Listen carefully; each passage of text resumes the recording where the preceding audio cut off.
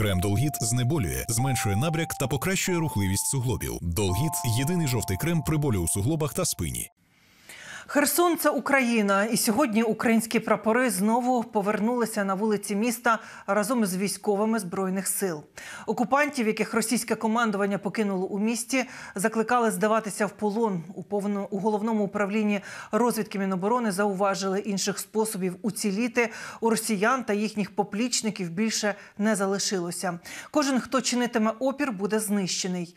Як місто та область зустрічають визволення, якого так чекали усі 8 місяців окупації, а ще про збір на перший у світі флот дронів, зроблених в Україні, перший із яких назвуть «Херсон».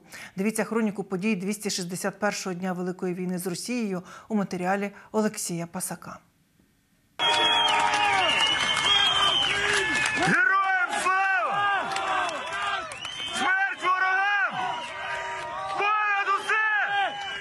Понад усе! Понад усе!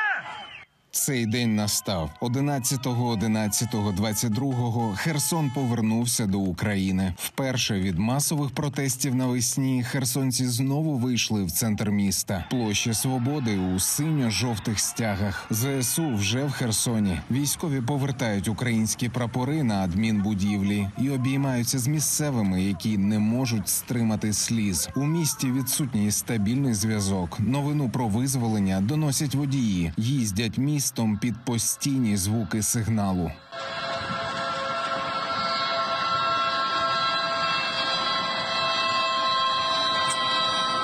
Остаточну втрату єдиного обласного центру, який росіянам вдалося захопити від 24 лютого, в Кремлі вирішили замовчати. Колишній президентозамінник Медведєв пробурмотів щось про територіальний суверенітет, буцімто все згодом повернеться. Але навряд чи цим згодні у російському міністерстві нападу. Вже відрапортували про надзвичайно успішний маневр, чи то пак чергову ганебну втечу. На Херсонском направлении сегодня в 5 часов утра по московскому времени завершена переброска подразделений российских войск на левый берег реки Днепр.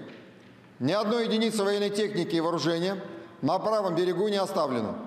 Всі російські военнослужащие переправились на лівий берег ріки Дніпр. Вочевидь, геть не всі. Місцеві телеграм-канали повідомляють про окупантів, які не встигли виїхати. І тепер поспіхом викидають свої однострої і перевдягаються у цивільне. Раніше міністр оборони України заявляв, що в Херсонському районі може перебувати до 40 тисяч загарбників. Але шляхи відходу нині відрізані. Вночі ворог підірвав Антонівський міст. Чи здатна Росія наступним кроком влаштувати теракт на Каховський ГЕС? В Міноборони мають сумнів.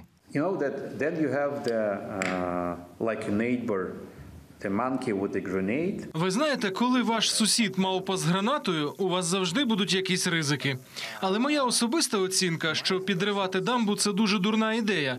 Тому що якщо ви перевірите ландшафт у цьому районі, то побачите, що західний берег Дніпра має вищу місцевість.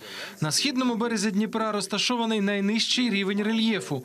Це означає, що вода затопить лівобережжя, і вони матимуть ризик для своїх військ. Тому це абсолютно безглузда ідея.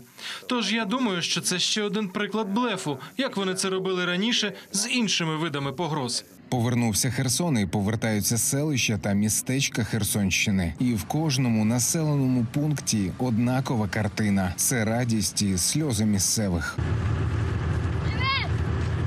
Здоров! Героям слава! А ще історії життя в окупації. Наприклад, про ставлення росіян до особистої гігієни. Перві зайшли, перві. Обісрали все. Через неділю приходять другі, не де стать, нема де жити, по хатах давай ходить. Тому що школа обісрана, все обісрано. А десь і приклади, як навіть цивільні українці можуть демілітаризувати російських загарбників на кілька гранатометів, щоб потім віддати їх нашим захисникам. Я там два Сузуки як вони називають? Дві труби маєш? Да. Давай сюди. На тій вулиці. Добре, зараз ми туди дійдемо. На тій вулиці, я зараз через балку піду туди. Добре, ми зараз перевіримо всі дома. Да. Де жили орки? Десь жили, а десь уже ніколи не будуть. За минулу добу більше не скуштують херсонських кавунів ще понад 700 окупантів. Також знищено 10 танків, 14 бойових броньованих машин, 12 артилерійських систем та 17 одиниць автомобільної техніки. Підбито ще один російський гелікоптер та 6 безпілотників. Російські чи іранські дрони Україна збиває, а на українські безпілотники збирає спільнокоштом увесь світ. За допомогою платформи United-24 президент Володимир Зеленський оголосив збір на перший у світі флот морських дронів. Саме ними нещодавно були атаковані російські військові кораблі у бухті Севастополя. Кожен дрон зроблений в Україні і коштує близько 10 мільйонів гривень. Загалом хочуть зібрати на 100 таких сталевих акул, які зможуть захистити і українські міста, і акваторії від загрози російських ракетних кораблів.